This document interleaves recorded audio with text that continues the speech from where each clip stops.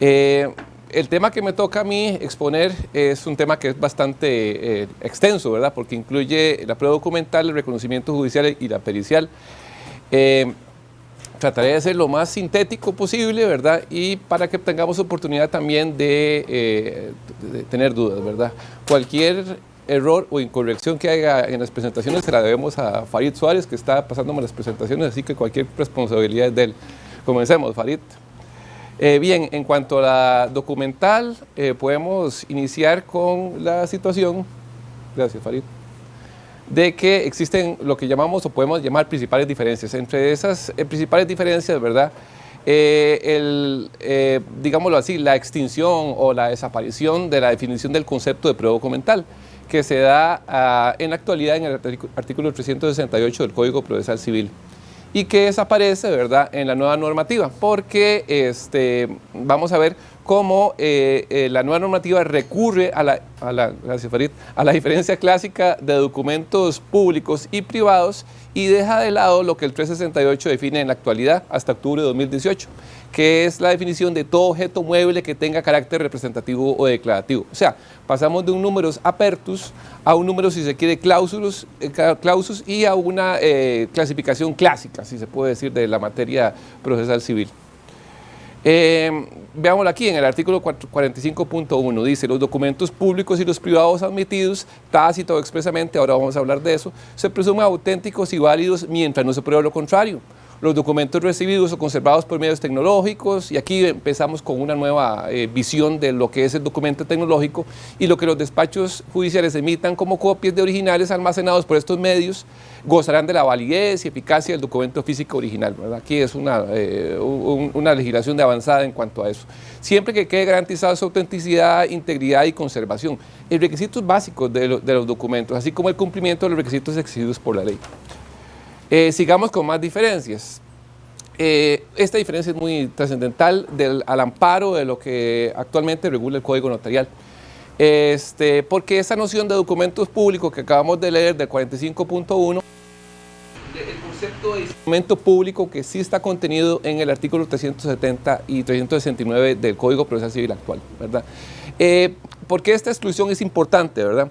Porque no hay que dejar de lado que el Código Notarial queda en vigencia, ¿verdad? A pesar de que tiene proyectos de ley para una modificación importante del mismo, incluye dentro del Código Notarial una noción que el Código Procesal Civil nuevo no incluye, la noción de documento notarial, ¿verdad? Específicamente el artículo 101 del Código Notarial actual nos define lo que es el instrumento público, como el documento que emana del fedatario o de la fedataria pública y que tiene como consecuencia, de verdad, una condición de plena prueba, pero también define lo que podemos incorporar como un instrumento público. En la actualidad, o siempre se ha visto así clásicamente, como la escritura en el protocolo notario y el testimonio de esa escritura, sin dejar de lado que el Código Notarial también define como instrumentos públicos las actas protocolares y extraprotocolares, ¿verdad? Entonces, habría que ver esa visión y cómo la jurisprudencia va a amalgamar este concepto de instrumento público, ¿verdad?, dentro del punto de vista de lo que define la nueva normativa como documento, ¿verdad? Entre esos documentos públicos, ¿verdad?, vemos que el 45.2 nos habla de documentos públicos, son todos aquellos redactados y extendidos por funcionarios públicos. Aquí viene una discusión que es más que todo conceptual acerca de si el notario o la notaria tiene esa condición de funcionario público o de fedatario, ¿verdad?, que es un tema que se puede superar desde el punto de vista de la interpretación argumentativa, según la forma requerida y dentro del límite de sus atribuciones, y los calificados con ese carácter por la ley. Aquí es donde es de importancia el 101 del Código Notarial. Y vamos a hablar un poco de eso, porque usualmente la noción de documento público parte de esa premisa, extendido por funcionario público, pero a veces, y la norma permite esto, ¿verdad?, que cuando el notario certifica con base a una oficina pública o a un pantallazo del internet, el 101 del Código Notarial le da condición de documento público a este tipo de documentación. Vamos a ver que toda esa clasificación de documento público y privado tiene una conceptualización propia de la materia civil tradicional, pero que con la reforma, ¿verdad?, tiene un nuevo elemento desde el punto de vista de la elaboración de la prueba, ¿verdad? Esta es una reminiscencia al actual 371, 370 del Código Procesal Civil actual, que nos habla del documento otorgado por las partes ante notario, ¿verdad? Y su condición. Hace fe no solo de la existencia de la convención o disposición para la cual ha sido otorgado. La idea, o por lo menos así se ha explicado, por lo menos lo veo yo así y lo he explicado así en mi texto, estábamos hablando, o por lo menos para hacer una recapitulación, estábamos hablando de la condición del documento público y su diferencia con el instrumento público de acuerdo a la noción que da el Código Notarial. El Código Notarial todavía incluye la calificación de los instrumentos públicos como tipo de documento notarial, situación que el Código Procesal Civil nuevo o la reforma no habla, ¿verdad? Y la condición del párrafo segundo del 45.2. ¿Por qué es importante? Porque el 45.2 vuelve a retomar el aspecto que ya lo regulaba el artículo 370 y 371 en cuanto a los documentos otorgados por las partes ante notario, ¿verdad? ¿Por qué es importante eso, verdad? Y aquí la referencia a que no solo hace prueba de la existencia de convención o disposición para la cual ha sido otorgado. O sea, imaginemos una compraventa, entonces no solo probaría esa compraventa, sino también de los hechos o actos jurídicos anteriores que se relatan en los términos. Son los que le llaman los notarios y las notarias, lo que llaman el antecedente, a veces en la escritura. Muchas veces en la escritura uno incorpora antecedentes propios para poderla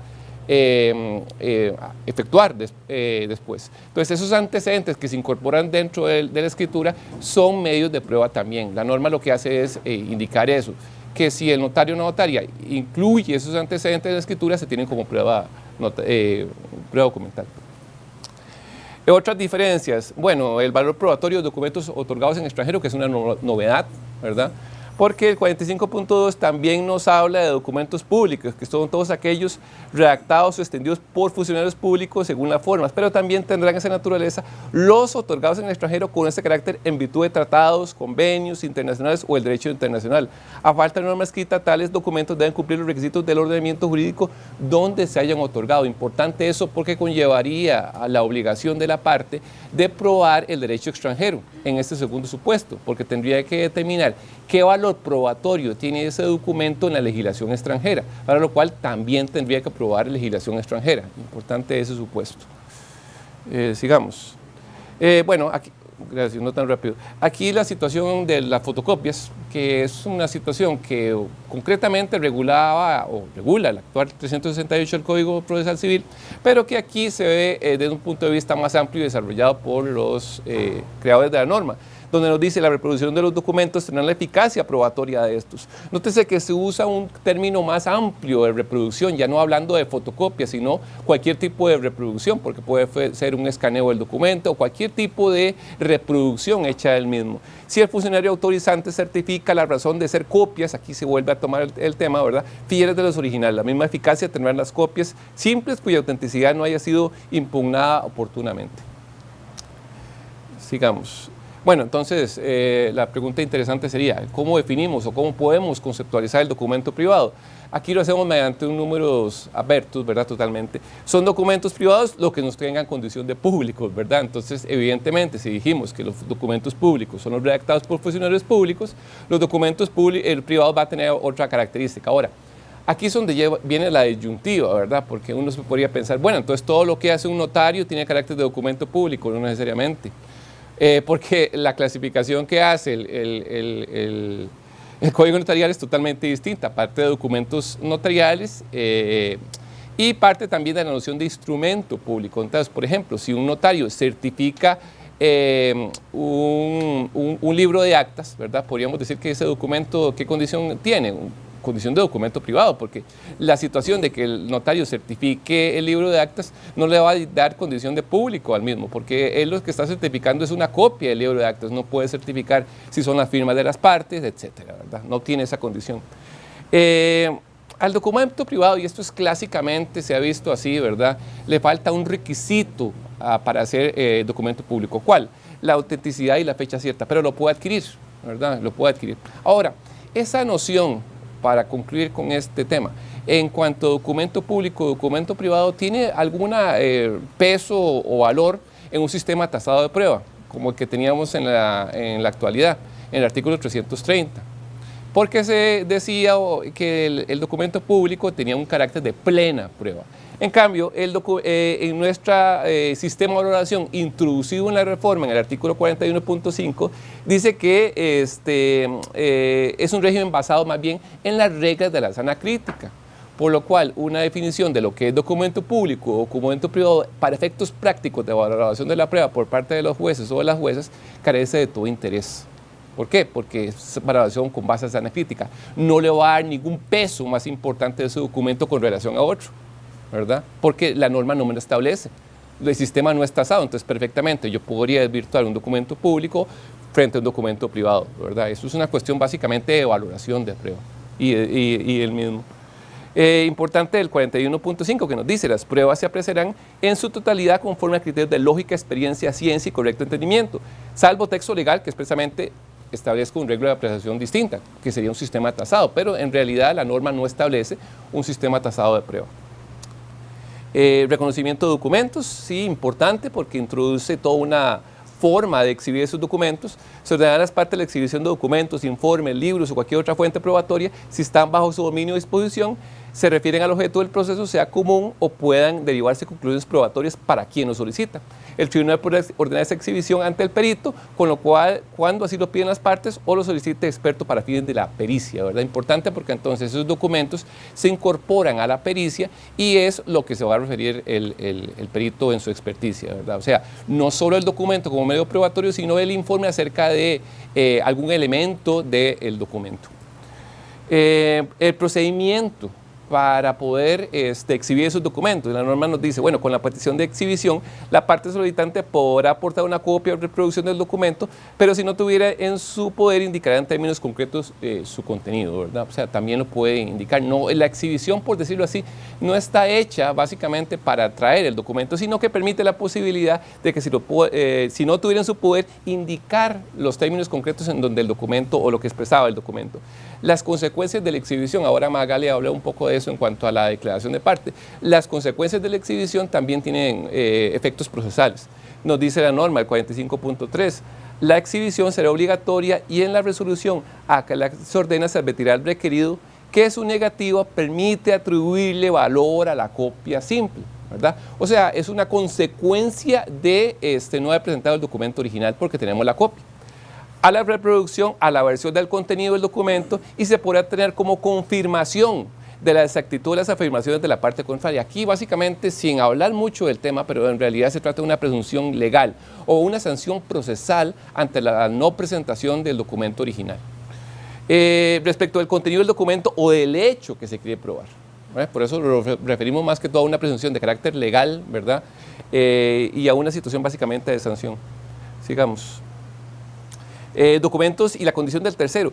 Importante eso, no solo los documentos que tienen las partes se pueden reconocer, sino que también el que tiene el tercero. Si el documento que se pide exhibir se encontraba en poder de un tercero, se le prevendrá a la parte se le prevendrá al tercero, obvio, que lo presente siempre que resulte trascendente para los fines del proceso y no le depare perjuicio al requerido. Importante esa situación con lo que habló Magali ahora sobre el derecho de abstención, ¿verdad? Que aquí estaría referido más que todo a un derecho de abstención extendido desde el punto de vista del documento, porque ese documento le va a traer algunas consecuencias al tercero, ¿verdad? Desde un punto de vista analógico en la audiencia. Dice, la impugnación de los documentos presentados, aquí lo importante, en la demanda y la reconvención, deberá hacerse por medio escrito, en la contestación y en la réplica. Los que se presenten y agreguen después de la demanda y reconvención, obviamente deben impugnarse en la audiencia, porque ya entramos a la fase oral del proceso. En todo caso, es necesario exponer las razones concretas de la impugnación y las pruebas que la sustenten. Importante esta situación. ¿Por qué? Porque usualmente las partes, impugnan el documento y no dicen el porqué de la impugnación. Entonces, muchos jueces y juezas, está impugnado el documento, sí, pero habría que fundamentar el porqué de la impugnación para que el juez entre a valorar, y la jueza, si la impugnación es correcta o incorrecta y qué fundamentos puede utilizar para fundamentar la impugnación. Importante también la situación que vamos a analizar en cuanto a la falsedad del documento, porque nos dice, la impugnación por falsedad podrá hacerse en el mismo proceso y los efectos en que se resuelve se limitarán a este. O sea, que no es necesario que acuda a la vía penal para impugnar, sino también que lo pueda hacer en la vía civil. Las sentencias dictadas por los tribunales penales sobre la falsedad de un documento de influencia en el proceso tendrán valor de cosa juzgada material, ¿verdad? Habría que ver este supuesto aquí, ¿verdad? Claro, porque aquí estamos en otra situación. Me encuentro en un proceso penal y estoy impugnando la falsedad, pero no es necesario que acuda a la vía penal para hacer eso, porque lo puedo hacer también en la vía civil. Sigamos. Verificación de documentos, sí, bueno, ¿qué pasa cuando, eso es una novedad importante en la norma, qué pasa cuando desconozco yo quién hizo el documento, ¿verdad? ¿De quién emana? Cuando se desconozca la firma o se manifiesta ignorancia de la autoría de un documento, la parte interesada podrá demostrarlo mediante declaración de parte, prueba técnica, cotejo de documentos y cualquier otro medio de prueba de los que establece la nueva normativa, ¿verdad? La modalidad informe, otra situación totalmente distinta. Ya aquí estamos en una modalidad, si se puede decir, distinta del documento, ¿verdad? Porque la norma nos dice, el tribunal a petición de parte o de oficio podrá solicitar informes de cualquier persona física o jurídica, institución o oficina pública o privada en relación con los hechos o actos de interés para el proceso. Aquí son informes, claro, pero que se van a incorporar al proceso como documentos, ¿verdad? No será admisible el informe cuando manifiestamente tienda a sustituir otro medio de prueba. Importantísimo eso. O sea, digamos, yo no puedo utilizar un informe para introducir lo que el testigo dijo en un procedimiento, ¿verdad? Porque la idea de la oralidad es que esa manifestación del testigo valga la redundancia, se manifieste ante la inmediatez del tribunal. Porque entonces estoy cambiando un medio probatorio por otro. O sea, estoy introduciendo mediante prueba documental lo que debí introducir mediante prueba testimonial, ¿verdad? La prueba documental no es una forma de escabullirme de acudir a la prueba testimonial. Hay que tener mucho cuidado con eso. El informe se remitirá a la mayor brevedad, bueno, posible en cualquier soporte autorizado a juramento de exactitud. La entidad requerida podrá negarse a rendir el informe únicamente cuando se trate de información declarada como secreto de Estado, ¿verdad? Muy importante eso en estos momentos. O puede comprometer seriamente el secreto comercial o la información divulgada. Conceptos jurídicos ahí indeterminados que se dejan básicamente para que el juez o la jueza lo pueda valorar. Ya aquí uno de los espíritus de la ley que está aquí presente a mi izquierda me dice, no, no es así, no es un concepto jurídico indeterminado. Pero bueno, punto sujeto a discusión siempre, don José Rodolfo León. En tal caso, y una vez recibida la solicitud, de inmediato expondrá con claridad y precisión los motivos de su negativa. También se podrá requerir la remisión de expedientes, testimonios, documentos, anexos, estudios relacionados con los informes, anotaciones, asientos de libros, archivos y similares. Ok, sigamos. Bien, gracias. Entremos al tema y pasemos de tema al tema del reconocimiento judicial, nuestro segundo tema, que no es tan amplio como el del documento, van a ver, en la reforma. ¿Cuándo es admisible el reconocimiento judicial? Realmente muy pocas veces utilizado en materia civil, ¿verdad? Pero bueno, ¿cuándo es admisible? Admisible para el esclarecimiento y apreciación de los hechos, cuando sea necesario o conveniente que el tribunal examine por sí mismo algún lugar, objeto o persona, ¿verdad? Sí, esa es su admisibilidad. Ahora, a veces para el tribunal, para el órgano jurisdiccional, le cuesta ese reconocimiento porque a veces tiene que ser complementado con una prueba pericial, ¿verdad? Porque yo puedo ir a un reconocimiento, pero si no tengo la experticia necesaria para reconocer lo que veo, ¿verdad? Entonces necesito la incorporación a veces del perito que me va indicando las situaciones que estoy observando, ¿verdad? Sigamos, sí. En cuanto a su procedimiento, es importante eso, ¿verdad? En cuanto a la admisibilidad. La parte proponente debe indicar los aspectos a constatar y manifestará si pretende concurrir al acto o con algún técnico. Aquí es lo que acabo de explicar con respecto a la prueba pericial que se puede introducir en este momento ahora. Importante eso, indicará los aspectos a constatar. ¿Por qué? Porque muchas veces decimos, ofrezco un reconocimiento judicial para constatar qué. Entonces muchas veces cuando llegamos al lugar de los hechos, el tribunal dice, ¿qué venimos a hacer aquí? ¿Qué venimos a constatar aquí? La parte me tiene que indicar sobre qué elementos tengo que constatar ahí. El daño en la pared, el producto defectuoso, etc. El olor incluso. La asistencia de las partes, abogados, peritos y testigos. Sí, aquí viene la intervención pericial.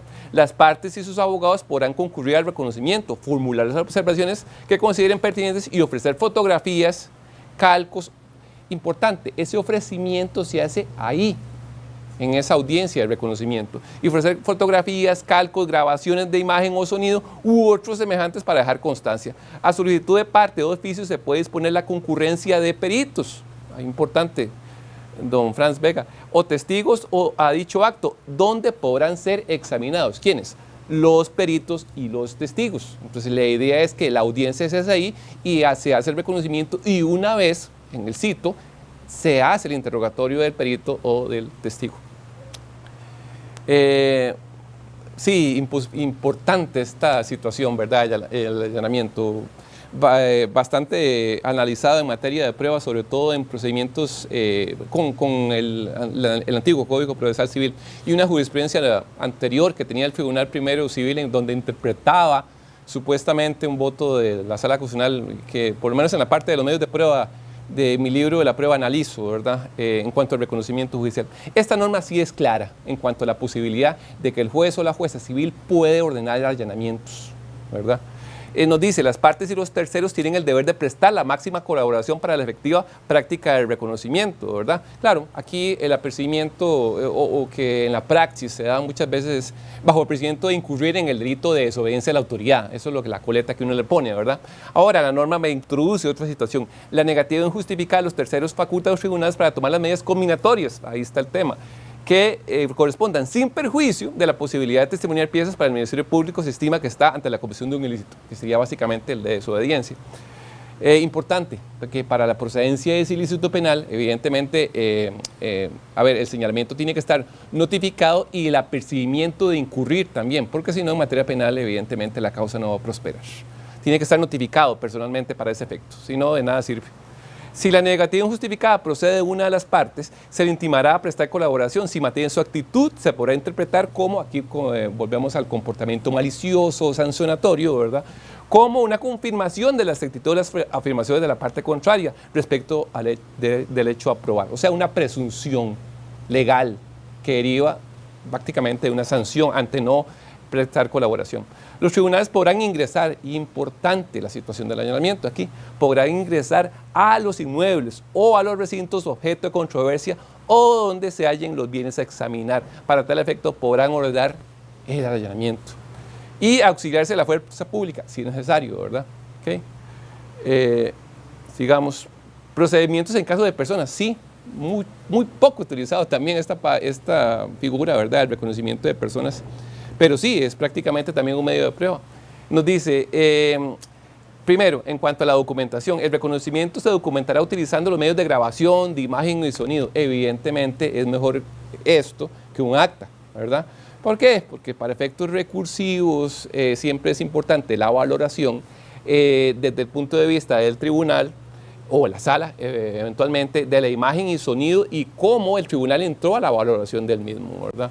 Es un aspecto importante. Ahora, bueno, podemos introducir el tema de que se dice imagen y sonido, tiene que ser una imagen del Poder Judicial o puede ser una imagen introducida por la propia parte, ¿verdad?, que me dice, bueno, es que yo sé que los equipos de grabación del Poder Judicial fallan, como lo vimos. Entonces podemos expresamente decir, bueno, yo traigo mi grabadora, mi celular y quiero grabar, ¿verdad? ¿Por qué? Porque si usted no me permite hacer eso a mí, no me permite un acceso a una tutela de segunda instancia. ¿Por qué? Porque si no grabamos bien o si la grabación está defectuosa, ¿quién me garantiza a mí que el tribunal me va a anular después la audiencia? Porque no pudo oír. Entonces, no, yo quiero reconstruir eso a través de mi propia imagen y mi propio sonido. Sí, ese sería un aspecto que, para mi particular visión, se podría hacer. Eventualmente yo pienso que sería así. Lo que pasa es que desde el punto de vista de la segunda instancia, yo tendría que poner en conocimiento esa imagen y sonido para verificar si hubo alguna modificación por parte de la parte, valga la redundancia, acerca de lo que sucedió en la audiencia que se puede dar. Y tengo que darle a la otra parte el derecho al contradictorio para que pueda ver ese video. Se centrará en el medio electrónico utilizado en el acta los aspectos relevantes. Solo en casos excepcionales se diferirá la documentación del reconocimiento judicial. ¿Tocaste algo que no debías? Sí, gracias. Reconocimiento de personas. Reitero, muy poco utilizado esto. y que es una derivación sustantiva. Existía o existe en nuestra legislación desde el punto de vista sustantivo en el artículo 46 del Código Civil. Esto es una cita que no es nueva, ya existía, ¿verdad? Nos dice, en la práctica del reconocimiento de personas se tomarán las medidas necesarias a fin de respetarles al máximo los derechos de la personalidad. Con esa finalidad, se les permitirá la compañía de algún familiar o persona de su confianza o incluso se podrá ordenar sin asistencia de partes o abogados o en la propia casa o lugar donde se encuentre quien deba ser reconocido. La norma no establece qué pasa si la parte no acude al reconocimiento. Reitero, esa solución la da el 46 del Código Civil, ¿verdad? Como una presunción nuevamente de lo que se quiere probar, que deriva de esa norma, no de la norma procesal. Ok, importante, todo esto es importante, ¿verdad? Esa palabra se repite mucho, pero esta situación es una novedad grande de la norma, la posibilidad de reconstruir hechos, lo que en materia penal utilizamos muchísimo, pero en materia civil hasta ahora se permite esta posibilidad. O sea, una cosa es un reconocimiento judicial y otra cosa es una reconstrucción de los hechos para los cuales llegaron a tal efecto, ¿verdad? Entonces, esta reconstrucción se ve como una posibilidad quizás aparte del reconocimiento, pero sujeta también supletoriamente a lo que acabamos de explicar en cuanto al procedimiento para su ofrecimiento, ¿verdad? ¿Ok? Sigamos con la pericial, ¿verdad? Quizás lo más trascendental de la misma acá es que me define en qué supuestos lo puedo utilizar, que ya era una situación que la norma traía, pero bueno, será admisible la pericial cuando sean necesarios conocimientos científicos, artísticos, técnicos o prácticos ajenos al derecho, ¿verdad?, para apreciar hechos o circunstancias relevantes o adquirir certeza de ellos. Claro, ajenos al derecho porque se presume, y así debería ser, que el juez o la jueza es un experto en derecho, que no necesita esa situación. Serían aspectos alejados de la ciencia social del derecho. Sigamos. Esto es, bueno, trascendental, ¿verdad? Porque creo que la visión, que creo que la correcta, ¿verdad? De mi punto de vista, ¿verdad? José Rodolfo siempre en las capacitaciones me dice que me olvide la materia laboral y que me centre en la materia civil. Pero bueno, es que es muy tentador hablar de las dos disposiciones que ahora nos rigen. Entonces, digamos, esta visión a mí me llama poderosamente la atención porque se introduce dentro del marco de la pericial, ¿verdad?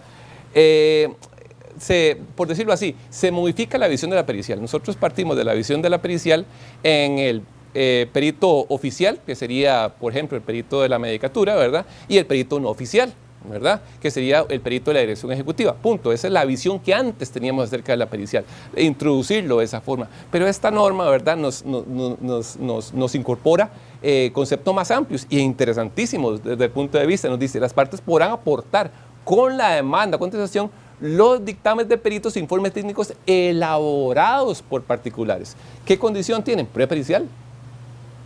Entonces se amplía el concepto, me parece a mí muy acertado, ¿verdad?, desde el punto de vista a que los dictámenes de peritos privados también tienen esa condición de prueba pericial, ¿verdad? Instituciones públicas o por medio de un colegio profesional se ajustarán con los demás documentos, instrumentos o materiales necesarios para su apreciación. Asimismo, podrán solicitar el nombramiento de un perito, ¿ves? Aquí es lo aparte, el perito ya sea oficial o no oficial, ¿verdad? Ese es, por decirlo así, lo nuevo de la norma, y perdón por el comercial. ¿Y por qué eso es novedoso? Porque el 514, la reforma laboral, parte de la visión tradicional de la prueba, ¿verdad? No nos lleva a esto, ¿verdad? Pero perfectamente, de una vez voy a adelantar, me parece a mí que aplicando el 428 de la reforma laboral, perfectamente podemos partir de esa visión también en cuanto a esta norma, me parece, ¿verdad? Designación de peritos judiciales. Bueno, aquí estamos hablando de lo que ya todos y todas conocemos, o sea, el perito no oficial, ¿verdad? O sea, el que tiene la dirección ejecutiva. ¿Por qué nos habla? Los peritos judiciales serán designados de la lista elaborada por el Poder Judicial, tomando en cuenta la naturaleza y el objeto de la peritación. Importante eso porque la norma nos quedó debiendo un artículo como el 409 de la norma actual que nos habla del interrogatorio del perito, ¿verdad? La norma hablaba, o como un requisito de admisibilidad que casi nunca se cumplía, un cuestionario que se le hacía al perito y que el perito lo contestaba, y esa era la forma más concreta de que la labor del perito fuera más fácil. Ahora la norma pues no lo introduce como un cuestionario, sino nos dice, al hacer el nombramiento, el tribunal indicará con precisión los aspectos sobre los cuales debo informar, claro, pero esos aspectos, ¿quién me los tiene que dar? La parte. La parte es la que me tiene que decir, bueno, mire, claro, la norma no habla de cuestionario, pero me tendría que decir, yo quiero que valore esto. Y si no lo dice, pues habría que prevenirlo, porque básicamente, si no, ¿qué es lo que pasa? Que el perito comienza a inferir, de acuerdo a su experticia, que él cree que tiene que hacer eso, pero en realidad está incorporando aspectos procesales, ¿verdad? O fácticos a veces, que la parte no quiere, ¿verdad? Ni que el tribunal quiere, y a veces eso complica la decisión del asunto, ¿verdad? Entonces es importante la técnica en el ofrecimiento de esta prueba tan importante que es la pericial. Comunicado el nombramiento, el perito manifestará inmediatamente o dentro del tercer día o cualquier medio idóneo si acepta el cargo, de lo cual se dejará constancia, ¿verdad? Si no se acepta el cargo, será no nombramiento, ¿verdad? Sí, esa es una visión, reitero, para el perito externo, llamémoslo así, la dirección ejecutiva, ¿verdad? Porque, digamos, si se trata de un perito oficial, digámoslo así, de la medicatura o de cualquier departamento o lo OIJ, entonces tendría otra variedad porque son funcionarios públicos. Los honorarios serán fijados al momento de la designación y se concederá un plazo de 5 días a la parte o a las partes oferentes para su depósito. Si la parte contraria amplía los temas objeto de la pericia, deberá contribuir proporcionalmente según lo disponga el tribunal. Aquí viene una disposición interesante, ¿verdad?, desde el punto de vista de los honorarios, ¿verdad? Porque habla de honorarios y esta norma no sigue una visión de gratuidad como sí lo tienen otras materias, ¿verdad? Ahora, podría llegarse a cuestionar, ¿qué pasa cuando la persona quiere ofrecer prueba pericial y no tiene los medios económicos para eso? ¿Verdad? Entonces aquí, bueno, ya lo que voy a exponer no es nuevo, ya por lo menos los tribunales de familia lo han visualizado así. La opinión consultiva 11 del 90 de la Corte Interamericana de Derechos Humanos, que está muy de moda en la actualidad, la Corte, no la opinión. La opinión consultiva 11-90, la Corte establece que el supeditar el acceso a una tutela judicial efectiva al dinero es una denegatoria del principio de tutela judicial efectiva, ¿verdad? Entonces, ha dicho que toda norma, ¿verdad?, que cuestione o que haga, depender la prueba o su ofrecimiento de aspectos económicos, viola esa opinión consultiva, ¿verdad? Entonces, sería importante en la interpretación determinar si esa persona, y eso es un aspecto que el otro día estábamos debatiendo con don José Rodolfo, si esa persona me prueba o me acredita a mí, evidentemente, que no tiene la condición económica para poder sufragar el gasto que impone un perito, ¿verdad? Perfectamente pienso yo que de acuerdo a esa opinión consultiva se tenía que abrir la posibilidad de o brindarle un perito oficial, ¿verdad?, de los de la institución, o si no lo puede, entonces recurrir a fondos de la dirección ejecutiva para eso. Eso es un criterio, ¿verdad?, que expongo. La falta de depósito de los honorarios en el plazo establecido tendrá como consecuencia la inevacuabilidad total o parcial de la prueba, salvo que una de las partes mantenga el interés en su práctica, en cuyo caso deberá depositar la totalidad. Es un aspecto meramente monetario. Los honorarios se girarán una vez concluida su labor, y es que eso es importante, ¿verdad? Porque a veces giramos honorarios, apenas brinda el dictamen y después vienen aclaraciones, adiciones. En la actualidad, con el proceso escrito, con el proceso oral, evidentemente no va a pasar eso, ¿verdad? Porque uno entiende que él va a rendir su pericia, pero tiene que venir a la audiencia a defenderla, ¿verdad? Y será una vez pasada la audiencia que vendrá ese giro honorario, ¿verdad? Entiende uno, ¿verdad? Sigamos.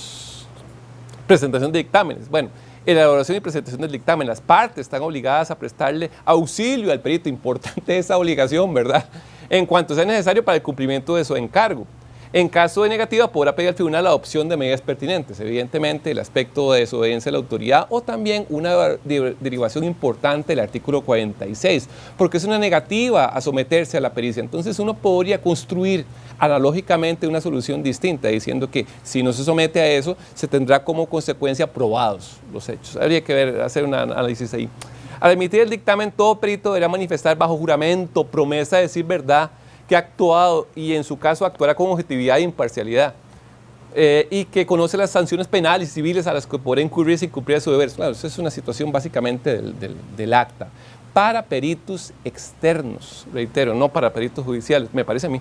El informe será fundado y contendrá de manera clara y precisa Ojalá bastante clara y precisa, porque a veces la técnica, evidentemente el experto es otra, ¿verdad? Él es un científico y nos expone sus ideas científicas de una forma en donde evidentemente uno no tiene esa experticia, ¿verdad? Entonces esa claridad y precisión puede ser que en el informe no sea tal, pero en la audiencia sí se requiere que sea así, ¿verdad? Porque recordemos, una cosa es el informe, pero ese informe tiene que ser traspolado a la audiencia, y es en la audiencia donde el perito tiene que clarificar con un lenguaje sencillo, normal, para que los que no tenemos ese conocimiento científico podamos entender lo que quiere decir. Una redacción detallada de las operaciones prácticas, sus resultados, sus elementos técnicos y probatorios utilizados y las conclusiones, ¿verdad?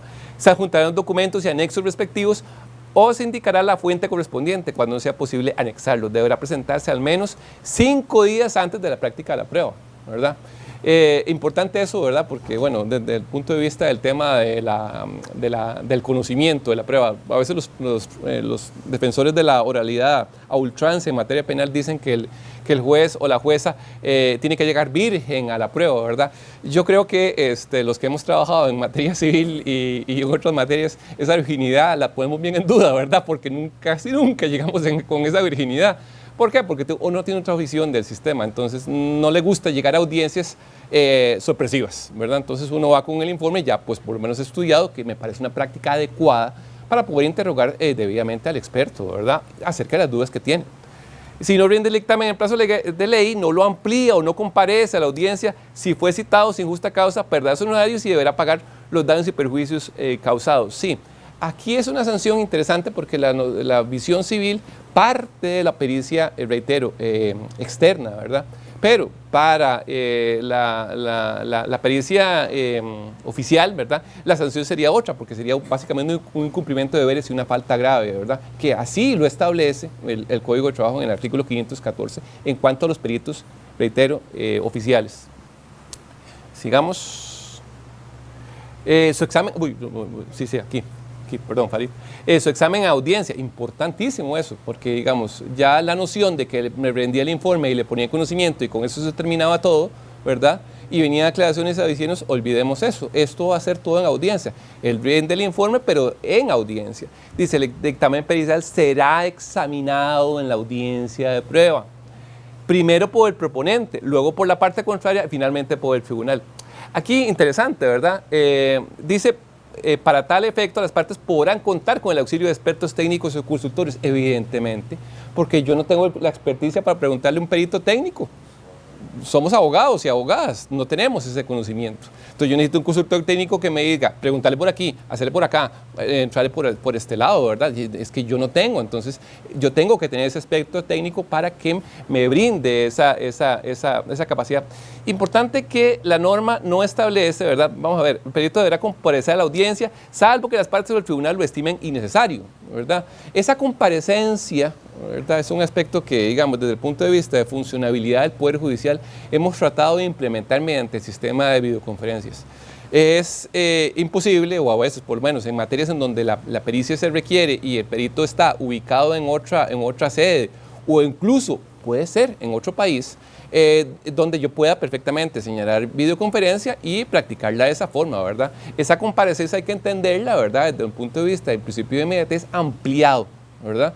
Porque a veces en este país yo puedo señalar una prueba pericial y el perito me dice, mire, yo traigo 3 horas viajando de aquí a allá para llevarle esa prueba con inmediatez a usted. Ok, videoconferencia, ¿verdad?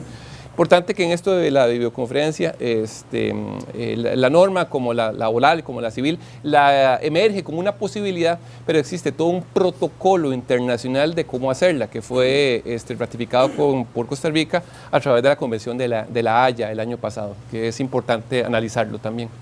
Quienes participan en la audiencia podrán hacer observaciones, pedir aclaraciones, ampliaciones, explicaciones de operaciones, métodos, premisas, fuentes, incluso impugnar y cuestionar el informe con otros medios probatorios. Claro, en audiencia, ¿verdad? Porque si tengo al perito ahí y me están impugnando el informe, ok, perfectamente, es esa inmediatez la que se tiene que dar. No es que le voy a decir yo, bueno, se lo está impugnando, lo veo dentro. No, estamos aquí. Entonces las impugnaciones, si tengo un experto técnico ahí, van a venir en audiencia. Esa es la idea, ¿verdad? Continuemos. Gracias. informes especiales, le denominamos, dictámenes o informes especiales. El tribunal podrá de oficio o a petición de parte solicitar dictámenes. Aquí pueden ser incluso, la palabra dictamen es amplísima, o informes de universidades, institutos, academias, colegios, otros organismos especializados, públicos o privados, cuando se refieren a aspectos técnicos de su conocimiento y experiencia. En el informe deberá indicarse a la persona encargada de realizarlo. Ahora, uno diría, bueno, nótese lo que dijimos antes, ¿verdad? En cuanto a la documental, que el documento no es un instrumento para... ¿cómo se llama? Obviar la testimonial. Aquí yo tendría que decir, si le pedí a un informe, a una universidad, a un instituto, o una academia, a un colegio, yo debería traer también como testigo a esa persona que hizo el dictamen, porque entonces lo que estoy haciendo es nuevamente traspolando el dictamen, ¿verdad? Como una prueba, cuando en realidad lo que debería traer es el dictamen como prueba y también la persona que lo hizo para poderlo interrogar para el contradictorio, ¿verdad? Me parece a mí. Estados financieros, bueno. Verificación de estados financieros, económicos y rendición de cuentas. Para realización de auditorajes, inventario de bienes, determinación del estado económico, rendición de cuentas, informes contables o de cualquier otro tipo, el tribunal podrá nombrar profesionales en ciencias contables o en la especialidad requerida. Básicamente también es prueba pericial. Para práctica de dicha prueba, el tribunal podrá ordenar cualquier otra prueba a requerir o información que sea necesaria, y cuando esta prueba se solicite de forma anticipada, ¿verdad? Aquí estamos hablando de una prueba antes del proceso, solo podrá ser pedida, ese es el limitante, creo que deriva del artículo 26, me parece, del Código de Comercio, sí, ¿verdad?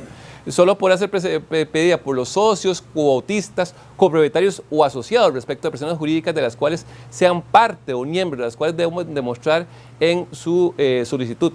Cuando se trate de sociedades comerciales, los solicitantes deberán representar al menos el 10% del capital o en los demás casos ser titulares de cuotas en la misma proporción. Esto es un supuesto que tienen que acreditarle al juez antes de la prueba anticipada, antes de solicitarle, es un requisito de admisibilidad. Farid. Ok. Bueno, primero que todo, muchas gracias. Ahí están 2 correos electrónicos. Si la gente no me pudo escuchar antes y en realidad le interesa el tema, están los 2 correos electrónicos, el particular y el institucional. Con mucho gusto se los comparto, ¿verdad? Y les comparto la presentación y todas las dudas que tengan. Muchas gracias. Muchísimas gracias a doña Magali y a don Jorge por sus excelentes presentaciones.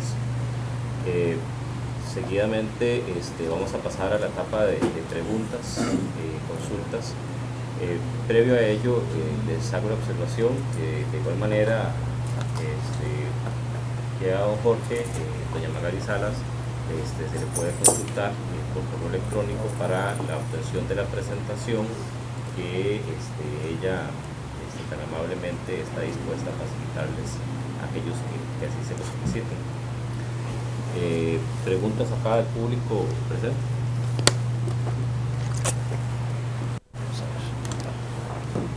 Le rogaría acercarse acá al micrófono para que vean.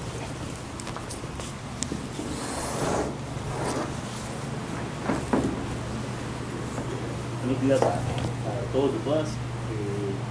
Mi nombre es Rodolfo Vázquez, les voy a hablar de aquí a la abuela. Quisiera hacer de previo hacer 3 preguntas a doña Magali y 3 preguntas a don Jorge. Un poquito más. Sería, bueno, nosotros en materia agraria tenemos un código procesal agrario en la asamblea que todavía está en ese estado. Y con la entrada en vigencia del código procesal laboral tendríamos que aplicar en defecto de nuestra materia el código laboral y en defecto de lo laboral el código procesal civil que va a entrar en vigencia.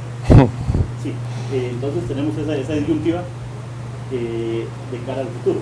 O sea, preguntas específicas para, no son preguntas, son dudas y aclaraciones. Para doña Magali es en cuanto a la prueba testimonial, si es permitido el anticipo, en cuanto y cómo se garantiza el contradictorio en este caso. En cuanto al menor de 12 años, sí, para chequear si tiene ese discernimiento que dice la norma, si es necesario un dictamen. Y en cuanto a la posibilidad del testigo de abstenerse en virtud de la facultad que da la Constitución, sí es en caso de una pregunta específica o un documento específico. Y en cuanto a las preguntas a un Jorge, serían las siguientes, o las dudas. En cuanto al requerimiento judicial,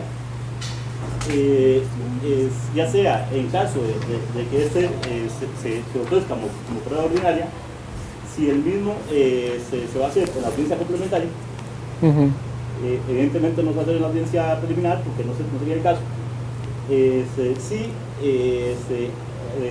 Evidentemente el tribunal o el juez unipersonal tendría que ir al lugar de los hechos, y si ahí mismo, si envía la audiencia complementaria, se puede recibir todo el resto de las probanzas. En cuanto también a el documento que podría ser achacarse de falsedad, que se puede presentar también en la sede civil, si existiere también dicha documentación siendo impugnada en sede penal, ¿qué pasaría si habría suspensión del incidente en el proceso civil o perjudicialidad, en virtud de que en materia penal causaría una nulidad material? Y en cuanto a la prueba pericial, sería si el perito, ya sea oficial o ya sea la decisión ejecutiva, el mismo el informe, la defensa del informe la va a hacer en la sala o en el lugar de los hechos, porque en el lugar de los hechos me parece a mí se garantizaría más el principio de contradictorio y el principio de objetividad. Gracias. Muchísimas gracias. Seguidamente Muchas gracias. En cuanto al anticipo de la prueba testimonial, el artículo 49 del nuevo código establece precisamente la prueba anticipada. En este se indica con anterioridad al establecimiento de la demanda o el curso del procedimiento, pero antes del momento procesal oportuno, podrá solicitarse, admitirse y practicarse cualquier medio de prueba. Entonces, contestando a su pregunta, sí se podría eventualmente recibir la prueba testimonial previo, siempre que concurran los presupuestos que establece la norma, ¿verdad? La anticipación solo será procedente cuando exista peligro de imposibilidad de practicarla posteriormente, etcétera, lo que indica el artículo 49. En cuanto a la participación del menor y el discernimiento del menor de 12 años y el discernimiento que puede tener, la norma no indica que deba presentarse algún informe, pero creo que si se tuviese la duda de ese discernimiento que puede tener ese menor de 12 años y podría perfectamente presentarse una prueba como estas. En cuanto a la abstención de declarar, el testigo podrá abstenerse de declarar sobre hechos que puedan traer consecuencias penales para sí mismo o para los parientes que se indicaron en su momento.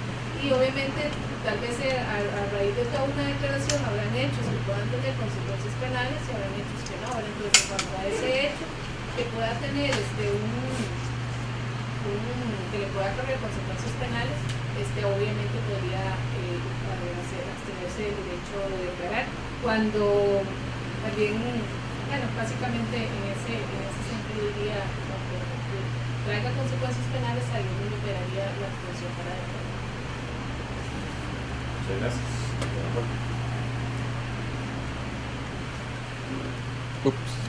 Bien, fueron muchas preguntas, pero voy a tratar, si no me ubicas, no hay ningún problema. La primera era en cuanto, bueno, a ver, te la voy a responder porque metiste el tema de la materia agraria, ¿verdad? Entonces, te la voy a responder desde el punto de vista civil, pero desde el punto de vista también de lo que podría aplicar supletoriamente un juez o una jueza agraria. En el tema específico de la inmediatez, sí, no había ningún problema en que el perito acudiera al momento del reconocimiento y se practicara ahí el reconocimiento justo en el lugar de los hechos, ¿verdad? No habría ninguna situación, porque claro, la audiencia en agrario está prevista para otra situación distinta, ¿verdad? Desde el punto de vista de estar en una sala, ¿verdad? Sino simplemente en el lugar, y no habría ningún problema y de hecho es lo que se pretende, ¿verdad? Que el perito o la perito, ¿verdad? Me puede puede decir a mí, mire, esta cerca la cortaron hace cuánto, está hecha de tal material, etcétera. Y situaciones del terreno que solo un perito en ese momento me podría a mí dar como juez las pautas necesarias para la valoración. En cuanto a la situación de la prejuicialidad o la situación de haber cuestionado el documento en sede penal, si eso implicaría para el juez civil una situación de prejuicialidad, a mí me parece que no, porque digamos, si la norma me está diciendo que el juez civil también es el que puede determinar la falsedad, ¿verdad? Y puede cuestionarla así perfectamente, no habría ningún supuesto de prejuicialidad, porque la misma norma le está diciendo que él puede hacerlo. No, por decirlo así, lo que busca la norma es no estar supeditada a la materia penal, es a excepción de que ya haya habido una sentencia en donde se haya determinado por cosa juzgada material, como lo dijiste ahora, que existiera, que el documento fuera falso. Entonces, ahí sí tendría efectos. Pero si se encuentra en una etapa en donde estoy cuestionando el documento en una sede penal y otra en sede civil, no podría eventualmente hablar yo de una supuesta de prejuicialidad, me parece. Y las otras dos me las decís otra vez porque te pasa las mismas mías, hablamos muy rápido. Cuando el reglamento judicial, si practicado en la audiencia complementaria, el juez o el tribunal podría evacuar el resto de las probanzas en el campo. Sí, utilizas el término campo, entonces es para agrario. O sea, digamos, sí, recordá que, digamos, cuando, le digo recordar porque nos llevamos un curso, o se impartió un curso de la reforma laboral para los jueces agrarios específicamente, recordá que, digamos, cuando estábamos hablando de la ley de jurisdicción agraria y la posibilidad de la reforma en materia agraria, habíamos dicho que básicamente la materia agraria se encuentra en un shopping en cuanto a la elección de productos necesarios para poder incorporar a su sistema.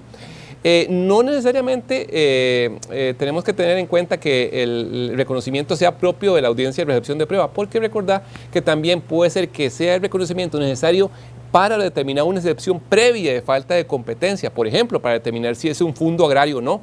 Entonces yo podría perfectamente no hacerlo ya entre el punto de la audiencia de recepción de prueba para decidir el fondo del asunto, sino para determinar la existencia de una excepción previa. Entonces perfectamente podría darse que como un aspecto de la audiencia preliminar o algo previo al proceso, yo tendría que sea un reconocimiento judicial, evidentemente únicamente para determinar el aspecto competencia, ¿verdad? Entonces se podría perfectamente hacer de esa forma. De hecho, habíamos cuestionado la posibilidad de que en materia agraria se hablara de una audiencia preliminar y una audiencia complementaria, sino que más bien fueran todas reunidas por la situación básicamente de inmediación y de imposibilidad a veces de poderse ir a los lugares que tiene el juez y la jueza agraria. Pero sí, pienso yo que, digamos, para tutelar excepciones previas, aspectos previos, ¿verdad? Perfectamente se puede ordenar un reconocimiento de previo, ¿verdad? De previo al fondo, me refiero.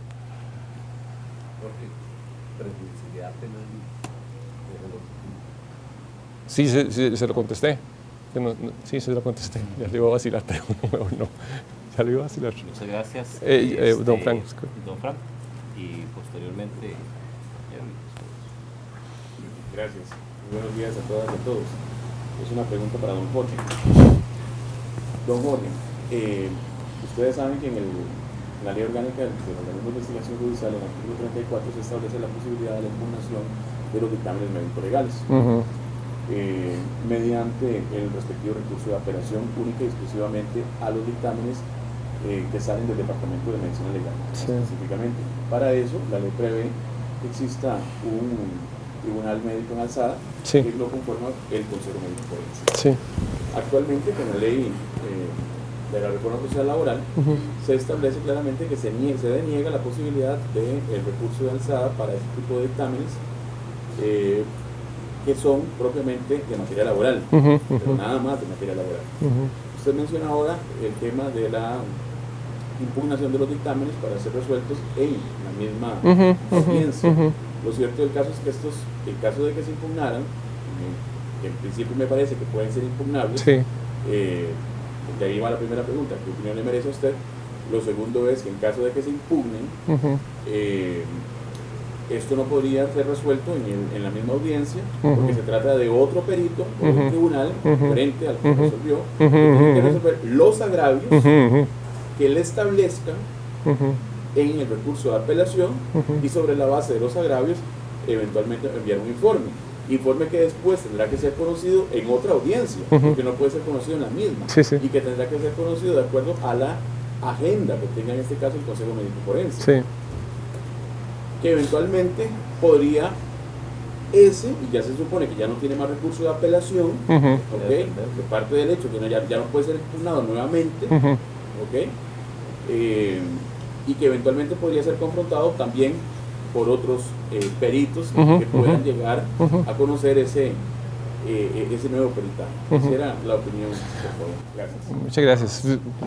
Bueno, excelente pregunta.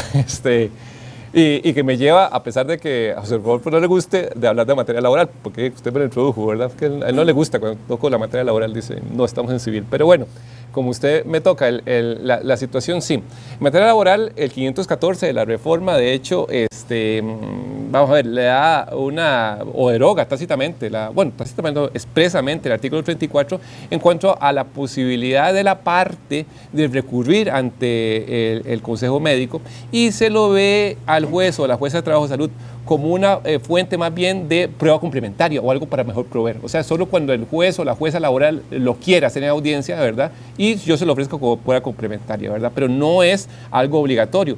Para la materia laboral, como bien lo cuestiona usted ahora, digamos, en los casos y eso es mi criterio, en los casos en que yo tenga un supuesto, ese término impugnación, como lo interpretó usted, me parece importante. Y es más, la gente lo ve de otra perspectiva, ve impugnación como lo impugno, pero lo impugno por esto y esto y esto, pero no lo ve como un impugno segunda instancia, ¿verdad?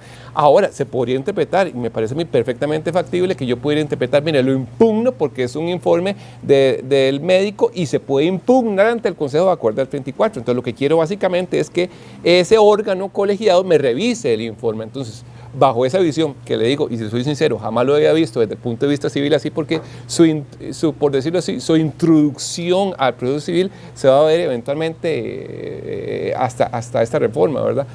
Pienso yo que sí, perfectamente se podría dar la posibilidad de impugnar aplicando el artículo 34, ¿verdad? Porque me parece que es otra situación propia de la pericia oficial que sí tiene la norma, que me lo da el 34, y no podría limitarla, me parece a mí. Ahora, con la problemática que usted bien me lo dice, ¿verdad? Desde el punto de vista de los plazos, ¿verdad? Porque si yo impugno, ¿verdad? Y yo como juez o jueza en la audiencia, o el tribunal, si estamos en un ordinario, determino que voy a darle pie a la impugnación y que vaya hasta el Consejo, evidentemente tendría que señalar nueva hora y fecha, ¿verdad?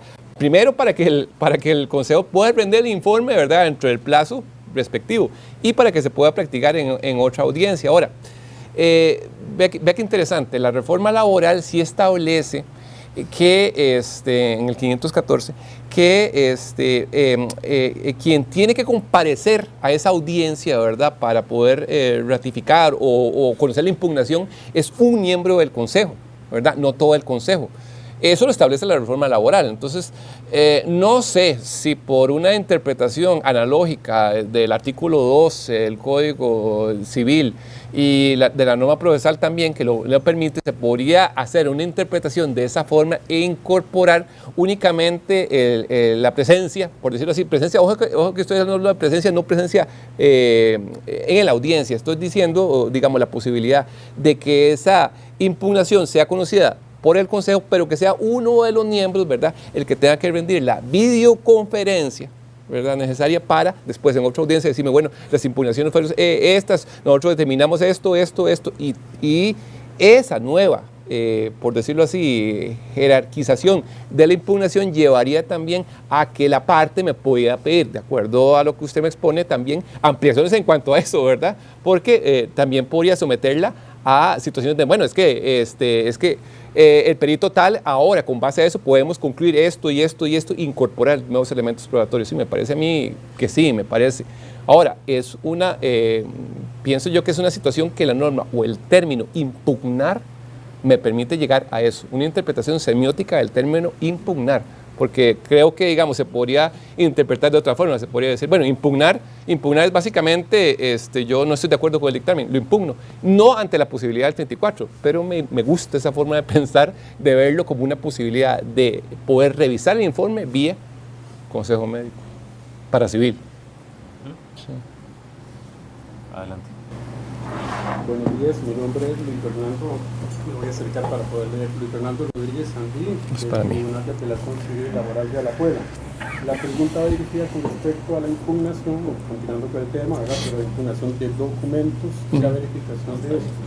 Siento que el 45.5 y 45.6 siguen con un énfasis pensando, ¿verdad? Y ahí es donde quiero escudriñar un poco si da para el documento, si realmente está pensado para el documento digital, para el documento que sobre espacio es un formato digital o electrónico, porque vemos que la única situación que se plantea en la impugnación es por la falsedad, no se da solución a las otras razones concretas por las cuales se puede impugnar un documento. Y en la verificación del documento se hace cuando lo que se desconoce es la firma o la autoría. Entonces quiero tal vez concentrarnos si es en estas dos normas donde podemos encontrar solución a lo que en la práctica judicial resulta cada vez más cotidiano y así tendrá que seguir siendo y cada vez con más énfasis, que es que los documentos ya no son escritos, manuscritos, firmados y donde se denota la autoría manuscrita, porque la firma en esos casos es manuscrita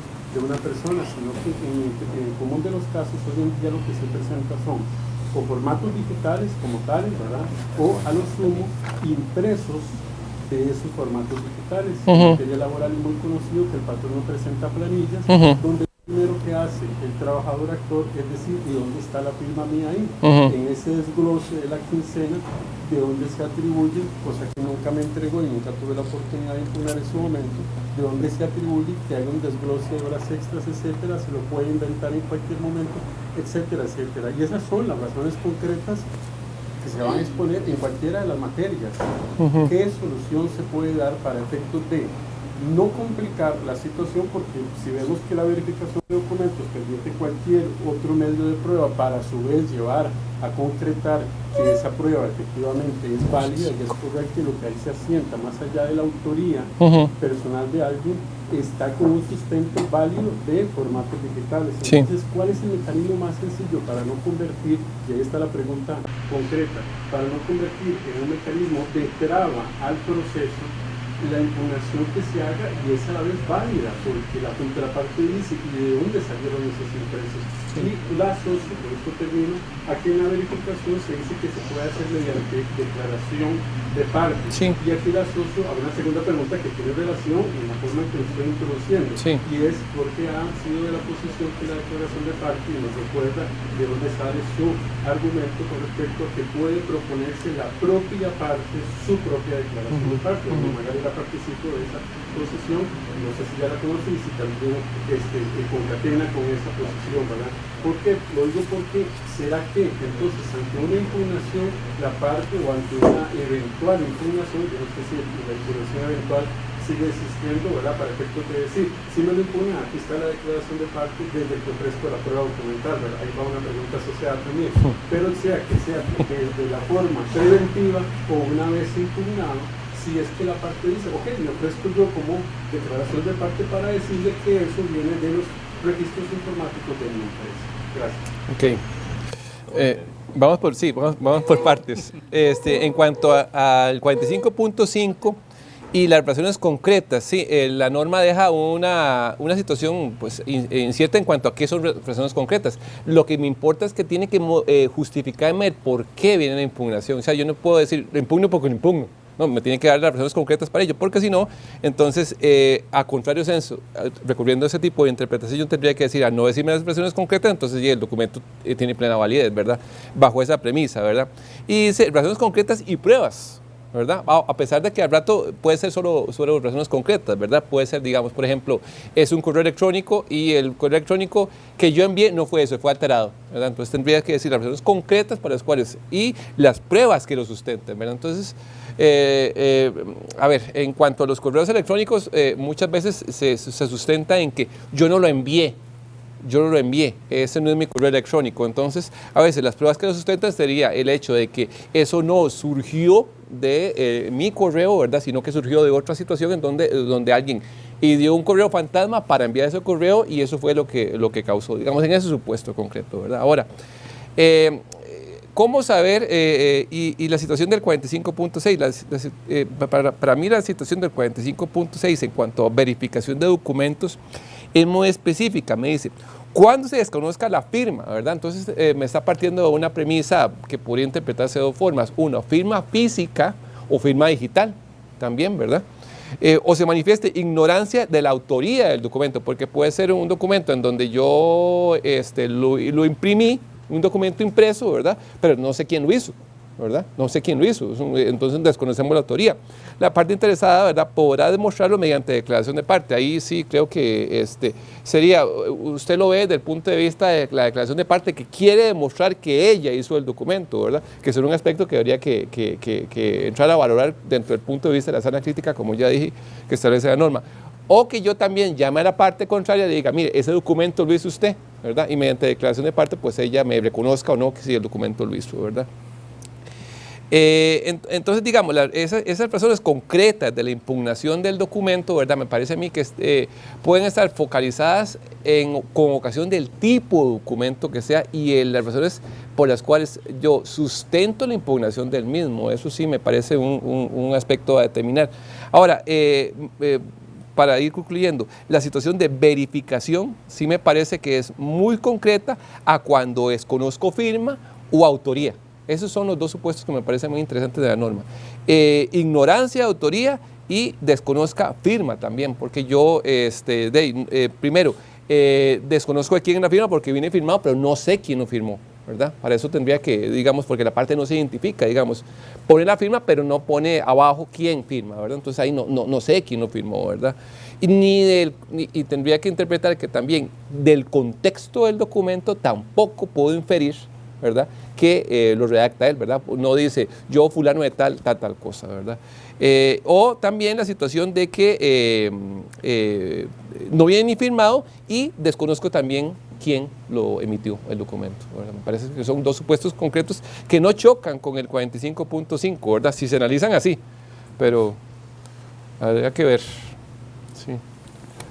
Hermano, que de lo que don Jorge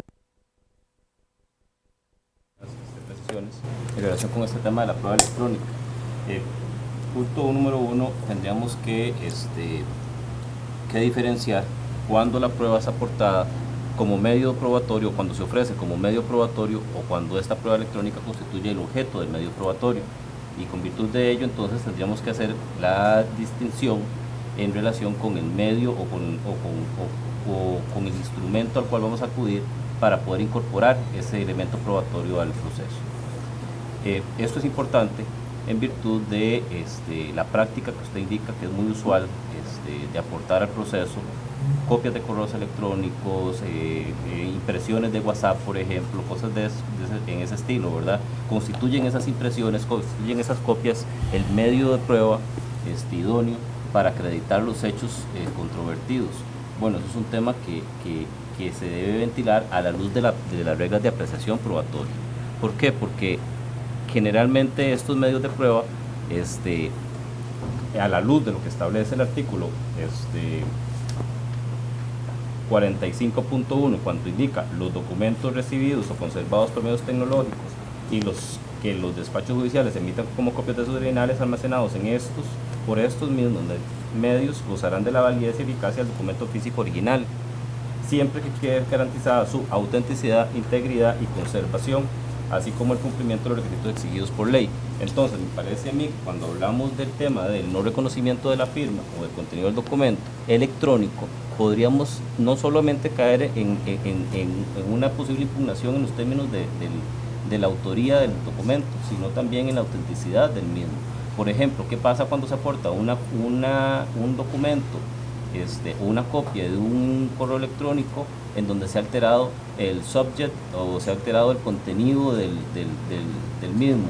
Como indica don Jorge, ahí correspondería entonces a la parte no solamente impugnar el documento, sino aportar pruebas, llámese el verdadero correo electrónico recibido, en donde conste entonces la diferencia. El tema se encuentra en cómo asegurarnos, por ejemplo, cuando la parte aporta un documento de este tipo, llámese un correo electrónico, y asegura que lo remitió a la persona en el medio, por ejemplo, señalado en el contrato, que sea otro correo electrónico y que la parte asegure nunca haberlo recibido. ¿Cómo acredita la parte que nunca lo recibió? Bueno, para eso entonces tenemos que, podríamos acudir a otros medios probatorios, como por ejemplo son la pericial, para que se analice no la copia aportada, porque la copia no trae el mapa de bytes necesario para poder determinar si el correo es válido o no, o es veraz o no, sino el documento original que conste en el objeto de prueba en ese momento, que se constituiría el software y el hardware en que está contenido el mismo, ¿verdad? Todas esas son precisiones que, a la luz de ya la aplicación de la práctica, de la praxis judicial, se nos podría complicar aún más, ¿verdad? La muchacha quería preguntar. Sí, En cuanto a si la propia parte puede ofrecer su declaración, por supuesto que sí. El 42.1, las partes tienen el deber de declarar sobre hechos propios ajenos y podrán formularse preguntas recíprocamente. La misma parte puede ofrecer su declaración de parte en la demanda o en la contestación respectivamente, ¿verdad? Y ahí podrá declarar tanto sobre hechos propios o como sobre hechos ajenos. Y retomando lo que era cuando es un hecho propio, ha sido admitido que es contrario al declarante y favorable a la contraparte, va a obtener el efecto de la confesión. Cuando es un hecho ajeno, afirmado por la parte, no tiene el efecto de la confesión, pero por ejemplo Jorge López nos dice que para él le da como una naturaleza de un testimonio calificado, nos habla él, ¿verdad? No tiene el efecto de la confesión, pero sí como un testimonio calificado. Entonces sí, claro que puede ofrecerse su propia declaración. En abono a lo que indica doña Magali, también nosotros podríamos acudir al artículo 43.1 del mismo código en relación con este artículo 42, porque cualquiera podría decir, mire, es que el efecto establecido o el pretendido en el artículo 42 es que produzca eventualmente la confesión, ya sea por hechos propios o ajenos, o bien, bueno, el reconocimiento de hechos ajenos contenidos en el escrito de demanda o contestación eventualmente, ¿verdad? Porque el artículo 42.1 al iniciar me habla sobre un deber de parte, me dice las partes tienen el deber de declarar, pero ¿qué pasa si yo no ofrezco mi propia parte? O yo como abogado no ofrezco mi propia parte, no tengo el deber de hacerlo, tengo la posibilidad de hacerlo. Entonces yo podría verlo eso como una posibilidad establecida en el artículo 43.1, donde me dice, será admisible la prueba de testigos para demostrar todo tipo de hechos. Entonces ahí no me está limitando si se trata de hechos personales o hechos realizados por un tercero. Pero además me dice, podrá ser testigo cualquier persona física que tenga conocimiento sobre los hechos controvertidos, etc. Entonces ahí ya me deja de lado todas aquellas limitaciones que establece la normativa actual en el 351 y siguientes del Código Procesal Civil, sino que me lo deja en un ámbito muy abierto para que yo pueda entonces, con base en esas normativas y buscando la finalidad, la instrumentalidad del proceso, poder llegar y aportar inclusive la declaración de mi propia parte. Tendría eso sí que el tribunal eventualmente ventilar en qué, para qué podría ser útil, ¿verdad? Ya no trabajar en el ámbito de la admisibilidad, sino de la pertinencia y la utilidad de esa prueba ofrecida.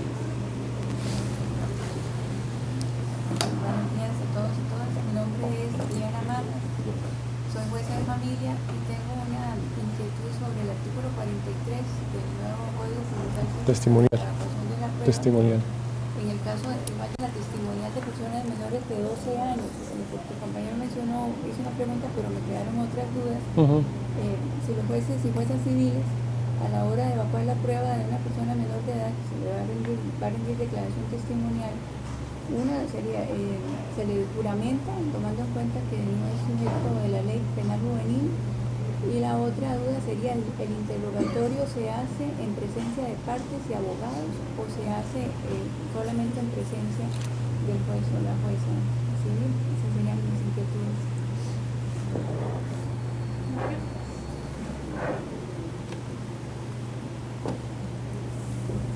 Sí, el juramento para mayores de 12 años deberán de prestar el juramento, para menores de 12 años, no se estarían juramentando.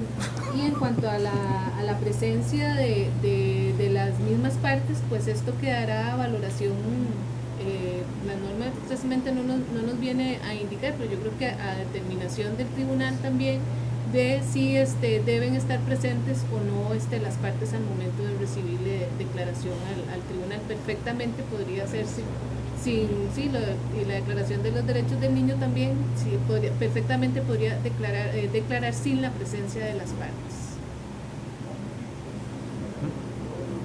¿Alguna otra persona que tenga alguna consulta? Adelante, por favor.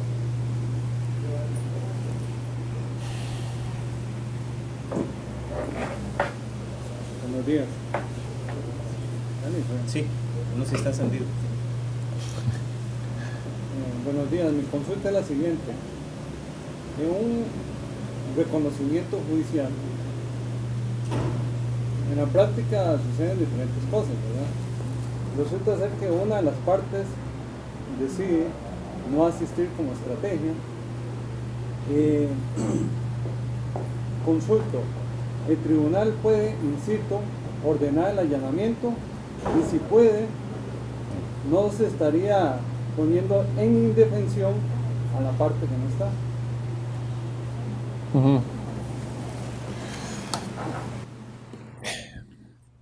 La norma no establece, esa es una de las falencias que tiene, ¿verdad?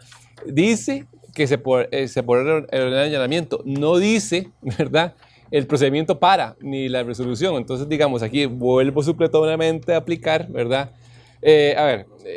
¿Quién hace allanamientos en materia de pensiones alimentarias? Los jueces de pensiones y los jueces penales, ¿verdad? Entonces ahí, digamos, un procedimiento como tal no existe en la norma de cómo hacer un allanamiento. Entonces, digamos, ahí eventualmente, por lo menos cuando yo era, hace muchos años, juez contravencional y me tocaba el tema de las pensiones alimentarias y allanamientos, yo me remitía a la disposición del Código Procesal Penal y lo hacía fundamentado con base en eso. Pero tendría que ser una resolución fundada, ¿verdad?, en donde usted a la parte le dé el derecho al contradictorio, ¿verdad? Porque si no, básicamente lo que está haciendo es un allanamiento, allanar por allanar, pero sin las consecuencias. Ahora, también podría darse el supuesto, y eso es una cuestión de motivación, yo podría justificar en la resolución en donde estoy señalando el reconocimiento judicial y apercibirle a la parte, ¿verdad?, que en caso de que me impida la entrada, me veré obligado a ordenar allanamiento, ¿verdad?, para prevenirle esa situación, para que ellos no me digan, es que me colocó en un estado de indefensión. No, yo le dije que en ese caso, si usted no me permitía el acceso, entonces lo iba a hacer. Ahora, ¿por qué razones no me impide el acceso? ¿O por qué razones? Porque lo pusiste muy concreto, no llega a la diligencia. Pero, digamos, habría que ver por qué razones no me impide el acceso. Porque, digamos, por ejemplo, si me dice un guarda, mire, es que a mí nadie me comunicó que usted iba a venir aquí, ¿verdad? Entonces yo tendría que decir, bueno, aquí está en un supuesto interesante, ¿verdad? Estoy viendo el condominio de la parte, pero hay otros condóminos también, entonces hay otra situación que los puede afectar. Entonces pensaría uno, bueno, entonces aquí la resolución tendría que ser fundada y notificada porque podría eventualmente afectar a terceros, ¿verdad? Me parece a mí que la situación del allanamiento es muy casuística, ¿verdad? Yo la puedo ver desde el punto de vista del caso concreto cuando la parte yo le digo, vea, le puedo ordenar allanamiento, ¿verdad?, justificando la medida en ese momento y incluso la podría dictar, llevo mi computadora y la dicto así, punto, pero ya le hice la advertencia de que voy a poder hacer eso, o incluso incurrir en el delito de desobediencia. También le podía poner en las dos, no implicaría una cosa a la otra. Lo que podría hacer, y podría ser un supuesto trascendente, es cuando ese allanamiento lo ordeno yo, pero cuando la actuación que no me permite hacer el reconocimiento no es una actuación de la parte, sino que obedece a otra actuación de terceros ajenos al proceso. Entonces ahí sí, ves, me lleva a un tema totalmente distinto en cuanto a la situación de la parte de su mala fe al no practicar, a no acudir a la diligencia, ¿verdad? Entonces habría que ver cada supuesto. Por lo menos lo que me parece a mí interesante es que ya tengo una norma que me faculta hacer eso, que antes era una situación jurisprudencial, ¿verdad?, la que nos facultaba hacerlo. Ahora sí la hay. Ahora, para hacerlo o no hacerlo, sí me parece que la medida de lo posible, la advertencia, siempre el derecho al contradictorio, salud, siempre el derecho al contradictorio, el derecho al debido proceso de advertirle antes, ¿verdad? Y si no lo advertí antes, de fundamentar la resolución en ese supuesto y decirle por qué se lo va a ordenar, para que pueda eventualmente, habría que ver si esa resolución tendría revocatoria, porque sería básicamente una resolución para justificar simplemente el allanamiento, pero me parece a mí que la lista de recursos de la norma no está prevista. ¿Alguna persona adicional con alguna consulta?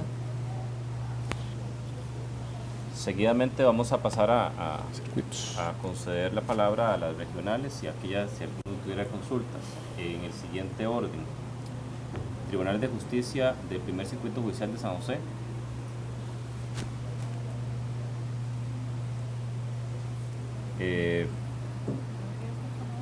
Guapiles. Segundo Circuito Judicial de San José. Limón. Punta Arenas. Quepos. Cartago. Pérez Celedón.